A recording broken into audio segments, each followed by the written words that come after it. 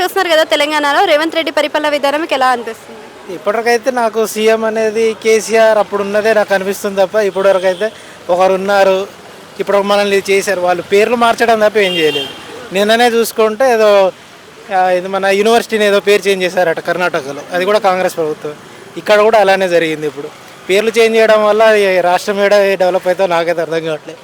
ఇక స్టూడెంట్స్ చూసుకుంటే స్కాలర్షిప్స్ పడవు. ఇక నేను కూడా జేఎన్టీ స్టూడెంట్ ఇప్పటివరకు స్కాలర్షిప్ పడలేదు, వాళ్ళ సర్టిఫికెట్లు ఇయ్యరు. స్టూడెంట్స్కి ఏం లేదు, జాబ్ పర్పస్ కూడా ఏం రావట్లేదు ఇప్పటివరకు. ఇక వేరే వాళ్ళది చూసుకుంటే రైతులకి మొన్న పడ్డది, అది కూడా రైతు బంధు అనుకుంటూ. ఇప్పటివరకు వాళ్ళది అలానే ఉండేది. అంతే అండి. ఇక కంపేరింగ్ టు కేసీఆర్ డిఫరెన్స్ ఏం కనిపిస్తున్నాయండి అసలు మీకు ఇక్కడ? డిఫరెన్స్ అంటూ ఏముందండి, వాళ్ళు చేసింది చేసి వెళ్ళిపోయారు. దాన్ని కొంచెం ఈయన అలానే నెట్టుకుంటూ వస్తున్నాడు. కొత్త అయితే ఏం పెట్టట్లేదు కదా. మహాలక్ష్మి పథకం పెట్టారు, సగం మంది మహిళలే కొట్టుకొని చదువుతారు అందరూ. ఇప్పుడు మనకి వచ్చింది ఏమున్నది?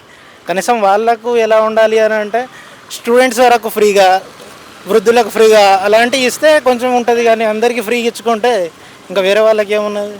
సో అదే విధంగా చూసుకుంటే లాస్ట్ టైం మన కేసీఆర్ ఉన్నప్పుడు సబితా ఇంద్రారెడ్డి ఎడ్యుకేషన్ మినిస్టర్గా ఉన్నప్పుడు చాలా ట్రోల్స్ చేశారు, కాంట్రవర్సీలు చేశారు. సో పేపర్ లీకేజ్ అవి ఇవి. కానీ ఇప్పటివరకు మనకి ఎడ్యుకేషన్ మినిస్టరే సరిగ్గా లేడు అని చెప్తున్నారు. అసలు స్టూడెంట్స్ గురించి పట్టించుకోవడానికి ఎవరూ లేరు అంటున్నారు. మీరేమంటారు? లేరు కదా అండి. ఇప్పుడు వాళ్ళైనా పేపర్ లీక్ అన్నట్టు అది ఒక్కదాని వల్ల కేసీఆర్ అనేది వెళ్ళిపోయారు. అది ఒక్కదాని వల్ల కేసీఆర్ అనేది ఓన్లీ టీఎస్పీఎస్సీ వల్ల అది లీక్ అయిందని చెప్పేసి ఓయూ వాళ్ళు ఆ డిమాండ్ వల్ల వాళ్ళు ఎవరు ఓట్లు వేయలేదు, వెళ్ళిపోయారు. వీళ్ళు వచ్చి చేసింది కూడా ఏం లేదు కదా ఇప్పటివరకు.